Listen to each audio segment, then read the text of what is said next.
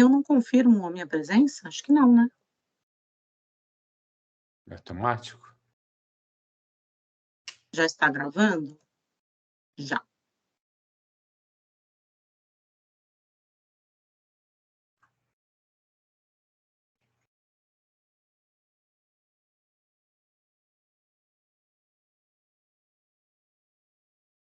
Então, bom dia a todos e todas. Estamos começando a sessão da 5ª Câmara Julgadora do Tribunal de Impostos e Taxas, no dia 17 de agosto de 2022, às 8h35. Esta sessão está sendo gravada e será disponibilizada no canal do Tribunal de Impostos e Taxas no YouTube. Encontram-se presentes para a sessão doutora Raquel Iwazi, doutor Galderize Fernandes Teles, doutor Rui Carlos Giraldi, o representante fiscal, doutor Pedro Abraão, e eu, Adriana Cristiane dos Santos Ribeiro, que vou presidir a sessão, tendo em vista que o presidente da Câmara, doutor Samuel de Oliveira Magro, está de férias.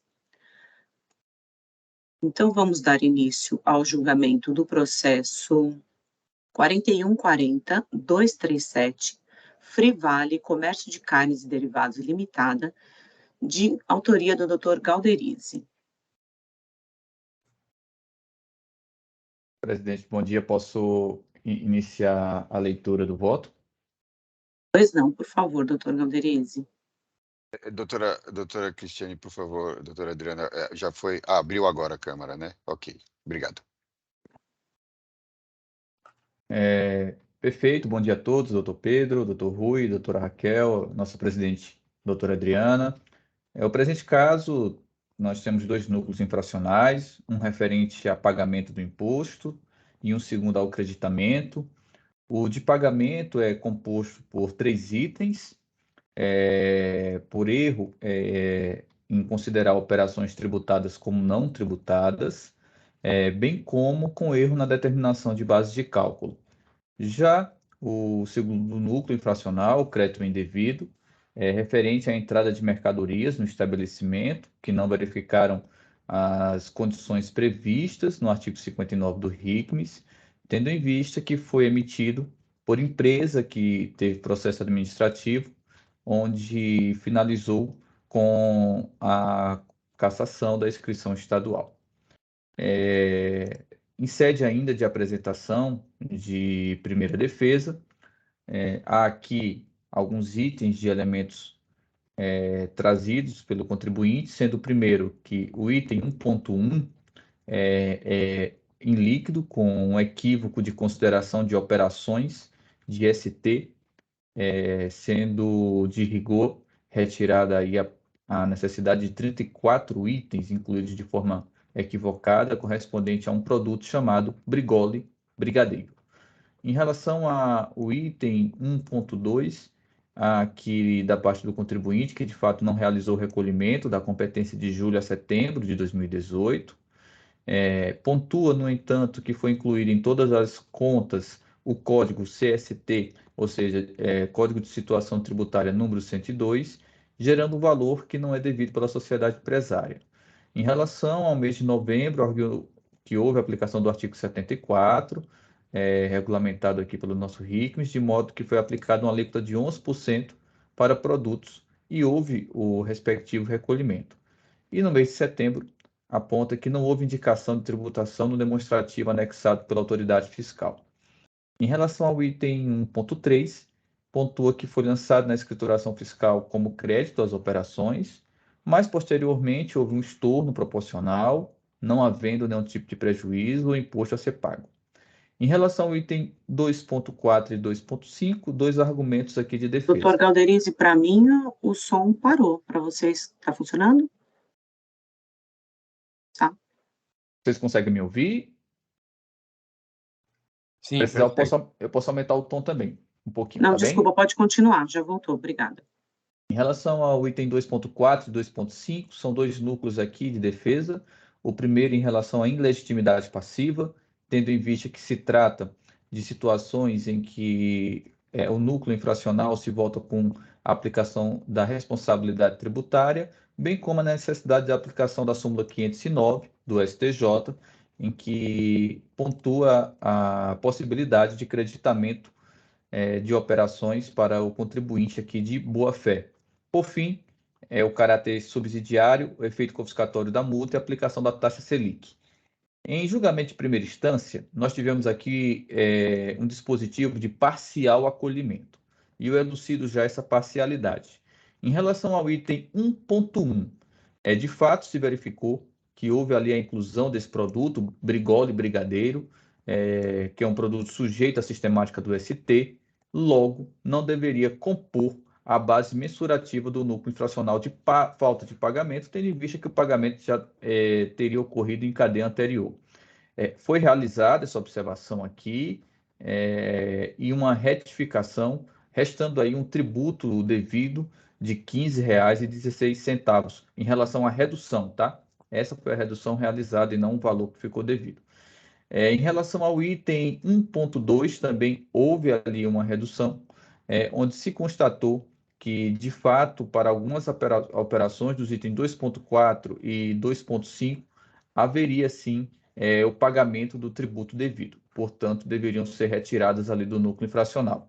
Bem, apresentado o recurso ordinário e recurso de ofício, o caso chega para a relatoria através de um recurso misto. Começo pela análise do recurso de ofício, tá? O voto ele está dividido na exposição dos critérios infracionais, posteriormente o enfrentamento do recurso de ofício, ato contínuo, recurso ordinário. Em relação ao recurso de ofício, a representação fazendária aduz que o item 1.1 limitou-se a arguir que é ínfimo o valor reduzido e deveria ser restabelecido à luz dos princípios da eficiência da máquina pública. Registro aqui de parte da consideração do recurso de ofício.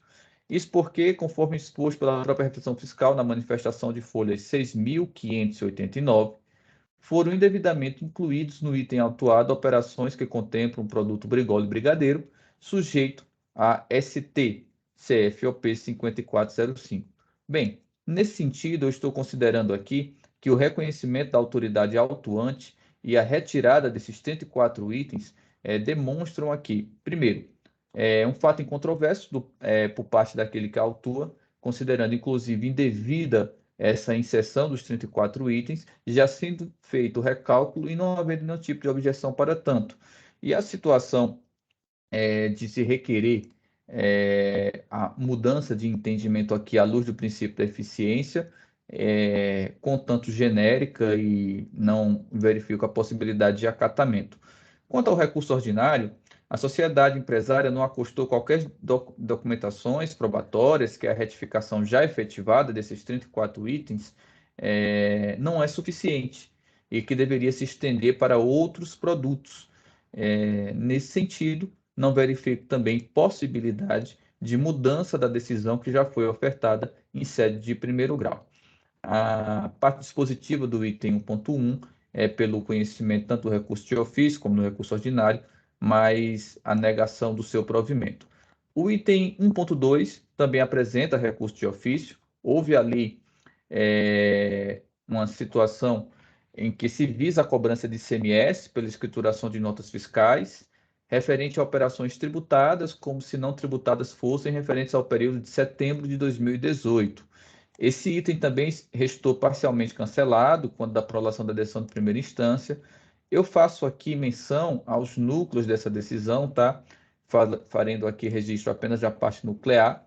Item 14 da decisão da Delegacia Tributária, folha 6.603. Com relação ao questionamento apresentado quanto ao item 2, também houve concordância do senhor autuante com parte aos argumentos se manifestando favoráveis às exclusões dos itens 2.4 e 2.5, que se refere às operações relativas aos meses de outubro e novembro, respectivamente, cujo registro no livro de registro de saídas possui destaque do valor do imposto, ainda que ele acrescenta. Ainda quanto do questionamento referente ao mês de setembro de 2018, as operações estão devidamente relacionadas no demonstrativo de folhas 51 a 1001, mais especificamente em folhas 372 a 600, e também escrituradas no livro de saída. Trata-se apenas de equívoco lavado pela indústria atuante quando da apuração do valor devido, o órgão julgador verificou a correta mensuração, fazendo aqui a retificação. Nesse sentido, houve aqui por parte do contribuinte a consideração da aplicação do artigo 74.1, anexo 2 do RICMES, que é uma redução de alíquota aplicada para produtos de carne congêneres. Na manifestação da repressão fiscal em sede de primeira instância, verificou que os itens cancelados se referem aos meses de setembro, outubro e novembro, e realmente tiveram a emissão dos cupons fiscais sem o destaque do ICMS. No entanto, verificando a FD, as operações tiveram o devido destaque da alíquota, ou seja, 11%, bem como o imposto foi devidamente recolhido. Nesse sentido, em que pese aqui a alegação fazendária, que entende que a infração segue configurada, ainda que o ICMS tenha sido reconhecido, eu faço um esclarecimento que o núcleo infracional aqui é referente à falta de pagamento de tributo. E há aqui o reconhecimento da própria autoridade autuante, bem como da decisão de primeira instância, que o pagamento do tributo foi realizado. Se tivéssemos diante de uma situação de escrituração indevida, ou seja, outro núcleo infracional, me parece que poderia haver aí uma possibilidade de acatamento. Mas como estamos diante de um núcleo infracional de falta de pagamento de imposto, e esse imposto é tido como devidamente recolhido, também em sede de recurso de ofício, aqui eu tenho o conhecimento, mas nego o provimento. Em relação ao recurso ordinário dessa parte, o contribuinte manteve a postura de não apresentar acervo fático probatório necessário para elidir qualquer iliquidez, além daquelas já reconhecidas em sede de decisão de primeira instância, ou seja, os itens 2.4 e 2.5, que já foram devidamente excluídos pela sua verificação de registro tanto na FD como em pagamento. Por esse sentido, em relação a esse item também para o recurso ordinário, seu conhecimento e uma negativa em relação ao mérito. Eu passo agora ao item 1.3. Estamos aqui diante de falta de pagamento do imposto, mais uma vez, o último, né, dessa natureza, ausência de cumprimento dos requisitos legais para sua usufruição. Elucido. Nesse sentido aqui, o item 1.3 foi levado objetivando a cobrança de ICMS das competências de julho a setembro de 2017, em virtude de emissão de cupons fiscais com erro na determinação da base de cálculo. Isso porque, conforme vem elucidado em relatório circunstanciado, faço destaque aqui, folhas 10 a 14, o contribuinte aplicou na saída dos produtos a alíquota de 4%, com base em um regime especial previsto no Decreto 62.647/2017, contudo, sem preencher os requisitos legais incumbidos pelo comunicado CAT número 2 de 2001. Pois bem, nesse sentido aqui, eu elucido que não se questiona a possibilidade aqui da aplicação dos 4%, mas sim a necessidade de verificação do atendimento aos requisitos objetivos da CAT 2 de 2001, que não foram trazidos pelo contribuinte. Utilizando a sistemática aqui do julgamento per relazione, bem como a sistemática do CPC, em sede de precedentes administrativo e judicial, eu faço destaque a partes relevantes à não observância dessa CAT. E destaco, ocorre que no item 3, que diz respeito ao não lançamento de qualquer créditos fiscais, não foi cumprido, uma vez que foi efetuado crédito no mês de referência. Ademais, o artigo 2º do inciso 2 do decreto dispõe que é vedado o aproveitamento de quaisquer outros créditos do imposto, e não somente de créditos relacionados à aquisição de carne. Dessa forma, para o mês de 8 de 2017, também restou configurada a infração, sendo que o simples estorno do crédito não invalida a ocorrência da violação da legislação. Aqui o contribuinte traz como uma base de argumentação que realizou esse estorno de crédito não havendo prejuízo aqui ao erário. E eu faço aqui o apontamento em que pese a possibilidade de ter ocorrido essa prática por parte do contribuinte, nós estamos diante de uma infração de núcleo objetivo, em que o apontamento dela foi exatamente, de acordo com o relatório circunstanciado, a não observância dos requisitos da CAT 2 de 2001. E, nesse sentido, não houve nenhuma infirmação por parte do contribuinte. Então, por essa razão, há aqui para mim o conhecimento do recurso ordinário, mas em relação ao método, a não mudança do consequente já conferido. Por fim, o item 4 e item 5, estamos aqui diante de uma situação muito recorrente, a situação da declaração de idoneidade de um emitente de documento fiscal, não conforme a nossa legislação, através de um PCN ou de um PAC, e aplicação por parte daquele que teve a relação comercial. Eu faço aqui referência ao julgamento de RESP 1148, 444 de Minas Gerais, dando ensejo aqui à súmula 509. Também menciono julgamento de sessão temática, voto do nosso atual presidente, Dr. Argos Campos Ribeiro Simões, trazendo, portanto, a necessidade da verificação cumulativa dos 4 requisitos para a verificação da boa-fé. Há, por parte da recorrente, aqui o contribuinte, o apontamento que houve a escrituração adequada de toda a operação. Nesse sentido, traz livros de registro de apuração, as DANFs que foram emitidas, livros de registro de saída das mercadorias. Também houve aqui a inserção de comprovantes de pagamento e de transação com o Banco Bradesco. Faço agora as considerações. Primeiro, em relação à demonstração da veracidade de compra e venda efetuada, ou seja, a efetividade das operações, que é um dos 4 requisitos objetivos, eu aponto que a recorrente não acostou documentos suficientes a comprovarem a efetiva entrega das mercadorias, além da sua escrituração nos registros de livros de entrada e de saída anexados pelo próprio agente fiscalizador, das como os documentos auxiliares de conhecimento de transporte, assinatura do motorista no verso das notas fiscais, relatórios do veículo por modelo e placa de outros documentos. De fato que resta frágil essa demonstração da efetividade da operação.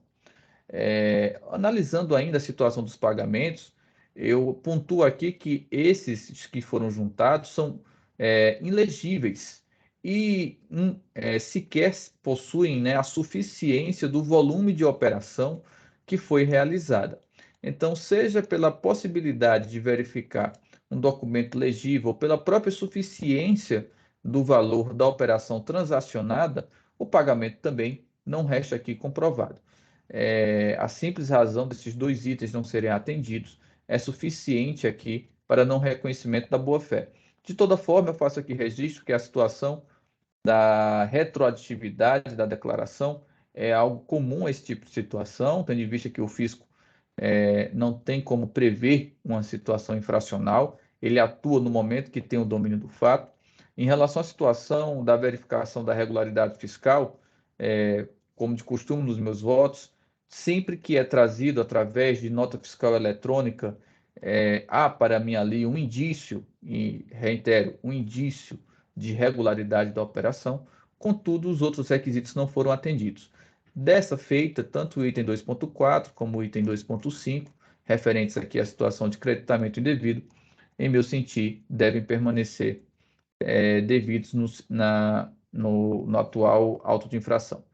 Por fim, sobre a situação do efeito confiscatório, aplicação da Selic, eu pontuo aqui um novo teor da súmula 10 aqui do Tribunal de Impostos e Taxas e faço, inclusive, menção que a própria representação fiscal, em folha 6.717, conclui de forma oportuna e devida, para que não fique aqui nenhum tipo de dúvida, o parcial provimento ao recurso ordinário, devendo ser mantida a exigência fiscal, limitando-se à aplicação dos juros à taxa Selic.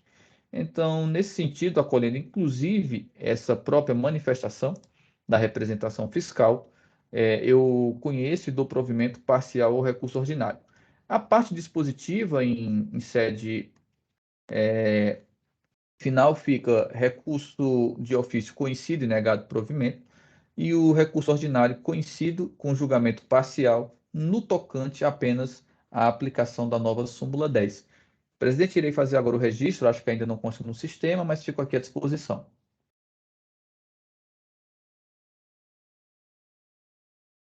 Pois eu vou habilitar aqui para você poder registrar o voto, gravar a sustentação oral acho que tem que gravar da representação fiscal, né?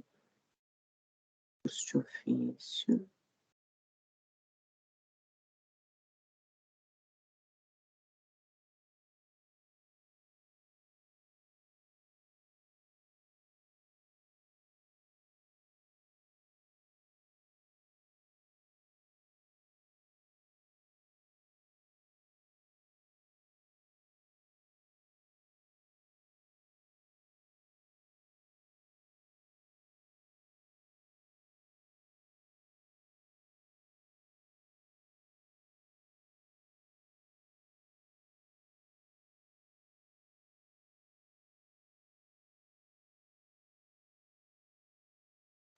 voto está registrado, já com a possibilidade de análise de todos.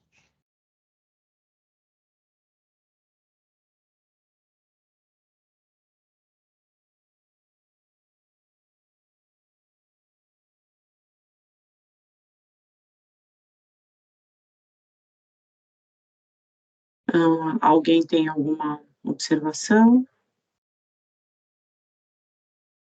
Comentário?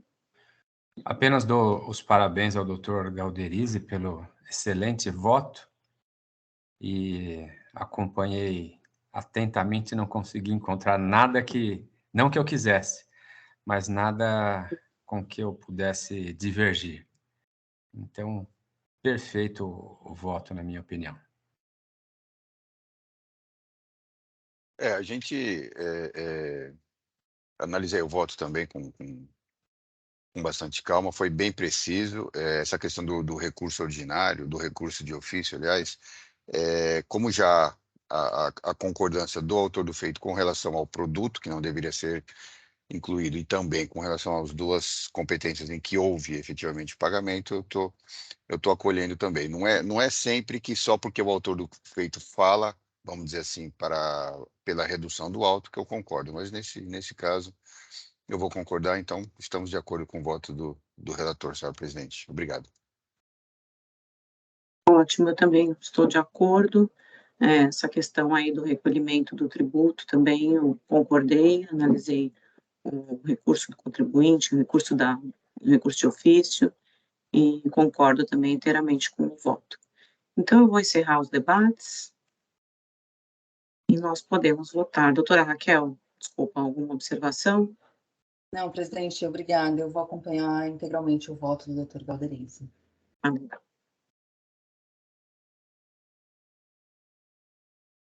Verificando o quórum para a votação.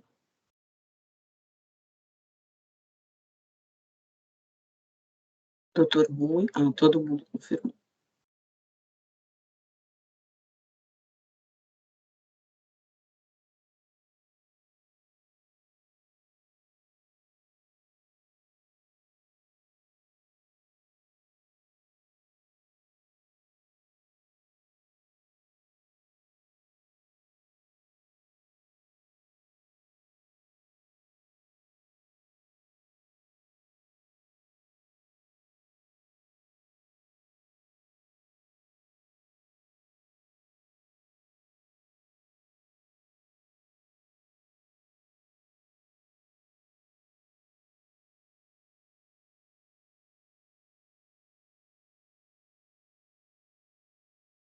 Então, foi dado parcial provimento ao recurso ordinário e foi negado provimento ao recurso de ofício.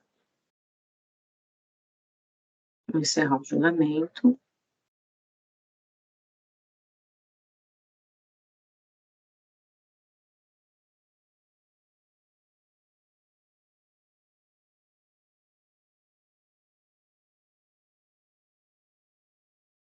Encerrado o julgamento da empresa Frivale Comércio de Carnes e Derivados.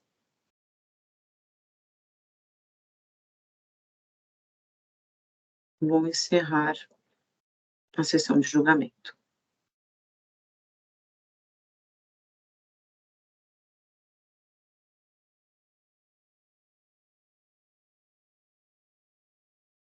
Com isso, terminamos a sessão de hoje. Peço ao Oswaldo, por favor, que interrompa a gravação.